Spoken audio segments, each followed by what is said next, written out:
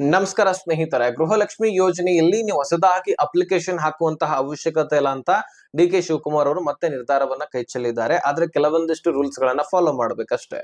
ಆ ರೂಲ್ಸ್ ಗಳನ್ನ ಫಾಲೋ ಮಾಡೋದು ಹೇಗೆ, ಮತ್ತೆ ವೆರಿಫಿಕೇಶನ್ ಅಂತೂ ಆಗೇ ಆಗತ್ತೆ. ಅದನ್ನ ಹೊರತುಪಡಿಸಿ ಈಗ ಗೃಹಲಕ್ಷ್ಮಿ ಯೋಜನೆಯ ದುಡ್ಡು ಬಿಡುಗಡೆ ಆಗ್ತಾ ಇದೆ. ಯಾಕಂದ್ರೆ ಇಷ್ಟು ಡಿಲೇ ಆಗೋದು ಕೂಡ ಸರಿ ಅಲ್ಲ. ಹೀಗಾಗಿ ದುಡ್ಡನ್ನ ಬಿಡುಗಡೆ ಮಾಡ್ತಕ್ಕಂಥದ್ದು 31ನೇ ಕಂತಂದ್ರೆ ಏಪ್ರಿಲ್ ತಿಂಗಳ ಹಣ, 32ನೇ ಕಂತಿನ ಹಣ ಅಂದ್ರೆ ಮೇ ತಿಂಗಳ ಹಣ, ಇನ್ನು ಜೂನ್ ಕೂಡ ಅಷ್ಟರೊಳಗೆ ಮುಗಿದು ಹೋಗುತ್ತೆ. ಹೀಗಾಗಿ 33 ಜೂನ್ ತಿಂಗಳ ಹಣ ಸುಮಾರು ನಿಮಗೆ 4ರಿಂದ 6 ಸಾವಿರ ದುಡ್ಡು ಸತತವಾಗಿ ಬರುತ್ತೆ. ಅಷ್ಟು ದುಡ್ಡಂತೂ ಸರ್ಕಾರ ಮೀಸಲಿಟ್ಟಿದೆ.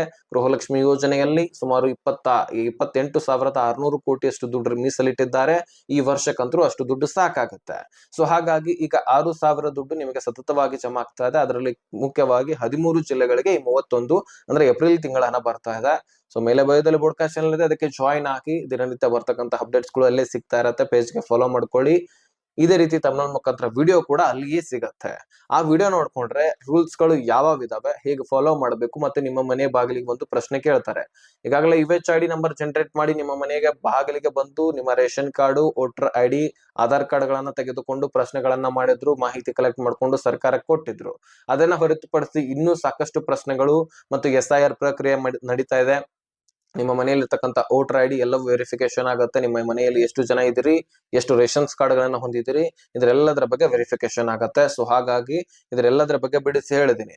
ಸೊ ನೀವು ನಿಮ್ಮ ರೇಷನ್ ಕಾರ್ಡು ಉಳಿಸ್ಕೊಳ್ಬೇಕಂದ್ರೆ ಏನೇನ್ ಕ್ರಮಗಳನ್ನ ಕೈಗೊಳ್ಳಬೇಕು, ಮುಂದೆ ಬರ್ತಕ್ಕಂತಹ ದಿನಗಳಲ್ಲಿ ಎಲ್ಲ ಕಂತುಗಳು ಕೂಡ ಕ್ಲಿಯರ್ ಆಗಿ ಜಮಾ ಆಗುತ್ತೆ. ಯಾಕಂದ್ರೆ ಎಲೆಕ್ಷನ್ ಸಮೀಪ ಬಂದ ಹಾಗೆ ಪ್ರತಿಯೊಂದು ಕಂತುಗಳ ಕ್ಲಿಯರ್ ಆಗ್ತಾ ಹೋಗುತ್ತೆ. ಅದಕ್ಕಾಗಿ ನೀವು ಅರ್ಹತೆ ಉಳಿಸ್ಕೊಳ್ಳೋದು ಅತಿ ಅವಶ್ಯಕ. ನೀವು ಅರ್ಹತೆ ಉಳಿಸ್ಕೊಳ್ಬೇಕಂದ್ರೆ ಏನೇನ್ ಮಾಡ್ಬೇಕು ಮತ್ತು ಯಾವ ಕಂತು ಬಿಡುಗಡೆ ಆಗ್ತಾ ಇದೆ, ಯಾವ ಜಿಲ್ಲೆಗಳಿಗೆ ಮೊದಲನೇ ಹಂತದಲ್ಲಿ ಬಿಡುಗಡೆ ಆಗ್ತಾ ಇದೆ, ಎಲ್ಲ ಮಾಹಿತಿ ಅಲ್ಲಿ ತಿಳ್ಕೊಳ್ಬಹುದು.